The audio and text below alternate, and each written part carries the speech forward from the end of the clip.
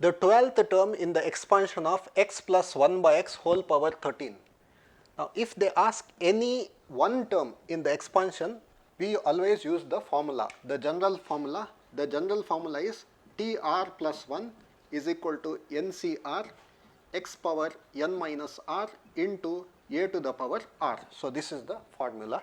Okay. Now, if you compare this problem with x plus a power n, we will get the value of x, the value of a and the value of n. So, if you compare, the value of x is x itself. So, x is equal to x, the value of a is 1 by x and n is 13.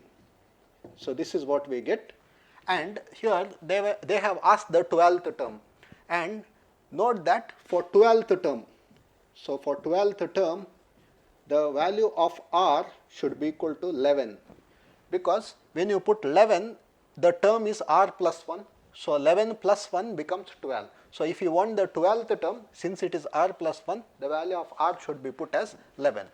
Now, substituting this, we will get T 11 plus 1 is equal to n is 13, C, r is 11, x is same as x, n minus r. N minus r is the difference of this. So, 13 minus 11 into a. The value of a is 1 by x whole power r. R is again 11. Now, if you simplify this, we will get T12, the required 12th term, and according to the law of combination, we know 13C11 is same as 13C 13 minus 11, that is 2.